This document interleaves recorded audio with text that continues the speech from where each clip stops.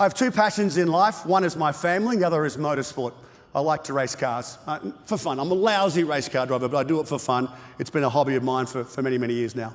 And this particular weekend, just after this had happened, I was at a racetrack in Sydney and I was practicing for the weekend. And this is a pretty technical track. It's fun, but it's technical. And the deal here with this is you come down the main straight at about 120, 130 miles an hour. You brake very slowly into the first big sweeping corner and you take it at about 110 mile an hour. So it's hairy. It's really hang on tight and hope for the best. Now, I was practicing this particular moment. I came down the main straight, the back of the car stepped out, and it started to spin towards the wall at about 110 mile an hour. Now, let me tell you, when you're in a race car and it's spinning at 110 miles an hour, you are a passenger. You are not driving that motor vehicle. So I was lucky. I pulled up from the wall about 6 feet away, didn't hurt myself, didn't hurt the car, and I drove back into the garage and my race instructor pulled me out of the car and said, "Come over here." And he was really angry at me. He said, "This is where you came off the racetrack." I said, "Yeah, I know, I was in the car." And he said, "Do you know why?" He said, "Because you were focused on turn one." I said, "I was going into turn one." He said, "No, I want you to focus on the strategy of turn 4 as you go into turn 1. I said, "There's 25 cars around me. We're doing 110 mile an hour. How can I think of that when I'm down here?" He said, "You intuitively and instinctively know how to take that corner. You've taken it 150, 500 times. I don't know how many times you've taken it, but it's a lot. It's intuition. It's instinct.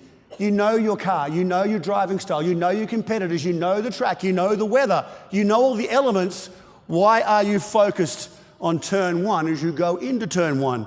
I need you thinking of the strategy of turn 4 as you go into turn 1. I want you focused on the strategy of winning the race, not avoiding the accident." How often do we do that? It's the next email, the next customer, the next stylist, the next post-it note stuck to your computer, the next something happening right here in turn 1 that we focus on. And it takes our focus away from the strategy of turn 4. And he finished with just a simple sentence: "You don't have enough vision." How simple is that? You don't have enough vision. That wasn't just my driving, that was my life, that was my business, that was everything. Everything was here, stuck right in front of me. So I went away and I thought, okay, how can I change this up? How do you create vision? Now, we've all got vision statements, and you look at the top 500 companies in the world with these powerful vision statements. Great clips with a powerful vision statement. But is that your vision? I mean, it's great and it's important, but what's your personal vision? Because with personal vision, you create purpose. Once you create purpose, you have an understanding of where you're going and a greater clarity of how you're going to get there. Without personal vision, you can't possibly create vision for the businesses that you lead. And this was a real aha moment for me, because I would create a business plan and metrics and stuff I would measure, but it had nothing to do with what I really wanted. So I went away and I thought, well, how am I going to make a difference to this? And I thought, well, let's just focus on the things that affect me before I go off and create that vision. Here's the simplicity of this. We create business plans, and they're pretty straightforward. We grow, we invest in growth. We grow, we invest in growth. We grow, we invest. That's pretty much the cycle we have in business. We go round and round looking for an opportunity to grow the business to the next level, to improve our cash flow. But what about the metric of the industry? Things that are happening right now: consolidation, private equity, things that are going on that are making a difference. Change of a CEO with your competitor, you heard this morning. That's the stuff we've also got to focus on, because it influences not just our business, but our lives. And here's why. Because that stuff also influences the economy. We've got boom, bust, recovery, boom, bust, recovery. That's the economic cycle we all have to deal with day in, day out. And it will have the same cycle.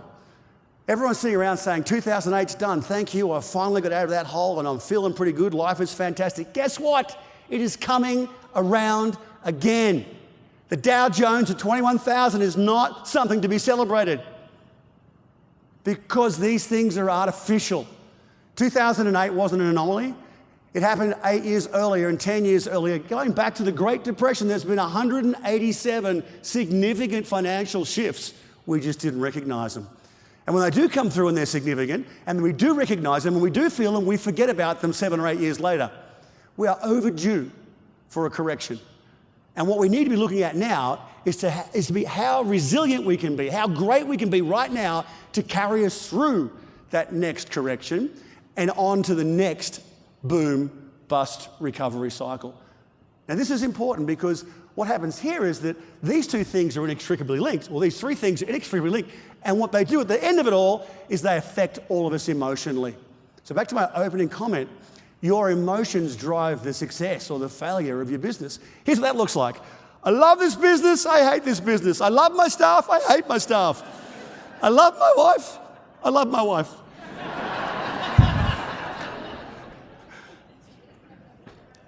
Your emotional engagement in the salon has a direct effect on those you lead. Your emotional engagement at home has a direct effect on those you love. It's really simple. If one is out of whack, if one is out of kilter, it will affect the other one. And that's when you start to put your business into some sort of peril. We just don't take enough notice of it.